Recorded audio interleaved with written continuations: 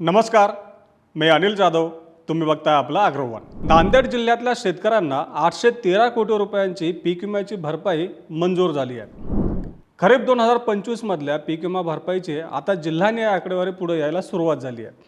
मग नांदेड व्यतिरिक्त आणखी कोणत्या जिल्ह्यामधली भरपाई निश्चित झाली आहे, त्या जिल्ह्यांमधल्या शेतकऱ्यांना नेमकी किती पीक विमा भरपाई आतापर्यंत मंजूर झाली, आणि सगळ्यात महत्त्वाचं म्हणजे जी काही भरपाई आता पुढे आलेली आहे, जे काही आकडे मी तुम्हाला सांगणार आहे ते अंतिम असतील का आणखी काही पीक विमा भरपाई आपल्या शेतकऱ्यांना मिळणार आहे, याचा आढावा आता आपण व्हिडिओतून घेण्याचा प्रयत्न करणार आहोत. आता आपण मागच्या 2-3 महिन्यापासून वाट पाहतोय की नेमकं खरीप 2025 मधल्या पीक विम्याची भरपाई आपल्याला कधी मिळणार आहे. कारण ही भरपाई आपल्याला जानेवारी महिन्यापर्यंतच मिळणं अपेक्षित होतं, परंतु तसं झालं नाही.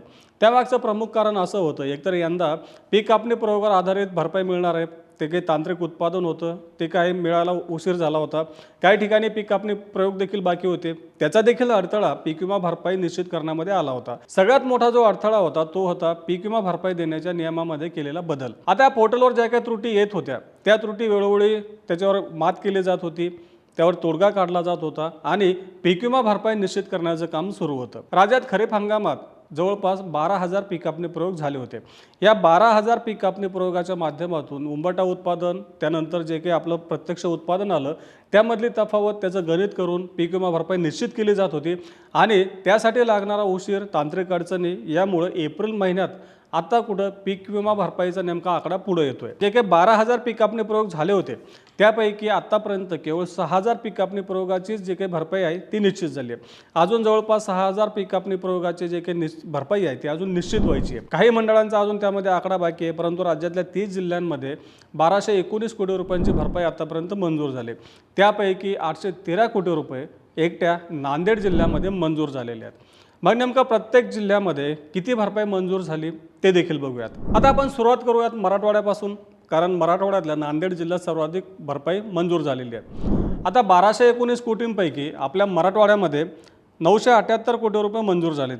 त्यापैकी नांदेड जिल्ह्यात 813 कोटी रुपये मंजूर झाले. परभणी जिल्ह्यात 63 कोटी 78 लाख रुपये, जालना जिल्ह्यात 2 कोटी 9 लाख रुपये, छत्रपती संभाजीनगर जिल्ह्यात 25 लाख रुपये, हिंगोली जिल्ह्यात 98 कोटी 95 लाख रुपये एवढी भरपाई आतापर्यंत मंजूर झाली आहे. सुरुवातीला सांगितल्याप्रमाणे ही काही भरपाई, जी काही भरपाई निश्चित झाली ती अंतिम नाही आहे.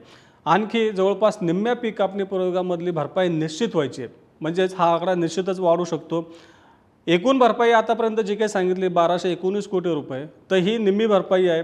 कृषी विभागाच्या अधिकाऱ्यांनी दिलेल्या माहितीनुसार जवळपास 2,000 ते 2,200 कोटी रुपयांच्या दरम्यान यंदा भरपाई मिळू शकते.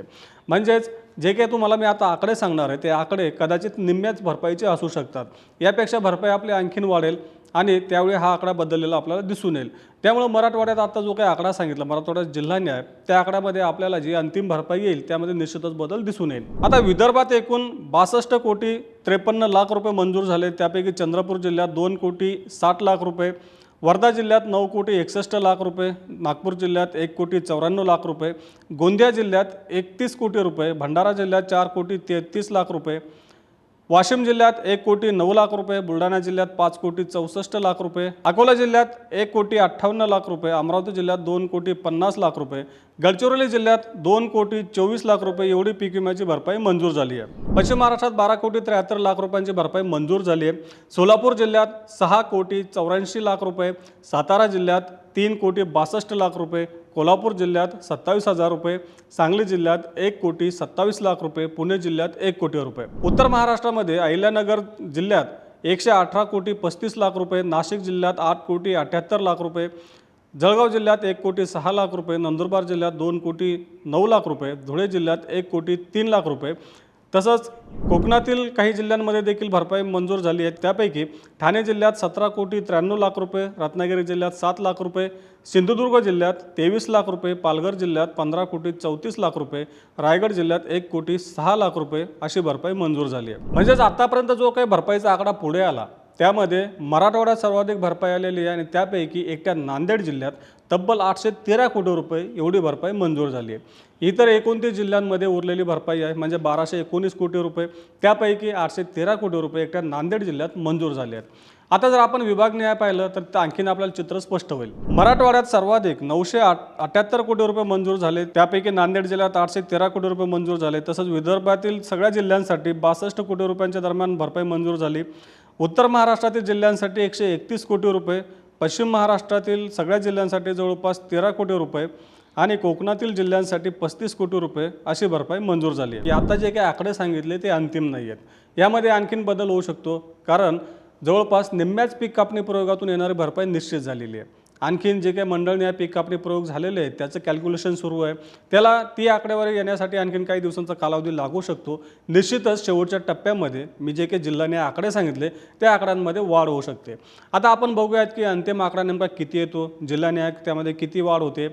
आता आपल्या शेतकऱ्यांना यंदा भरीव मदतीची खूप गरज होती, परंतु सध्याचे जे काही आकडेवारी येत आहेत तर शेतकरी सांगतात त्याप्रमाणे सध्या मिळणारी भरपाई किंवा त्यांना जे काही आता निश्चित झालेली मंजूर झालेली भरपाई दिसते ती खूपच कमी आहे. आता या पुढच्या टप्प्यामध्ये पीक विमा भरपाईचे नेमके आकडे कसे वाढतात, कोणत्या जिल्ह्यांमध्ये किती भरपाई वाढीव मिळते याची माहिती आपण वेळोवेळी घेतच राहू.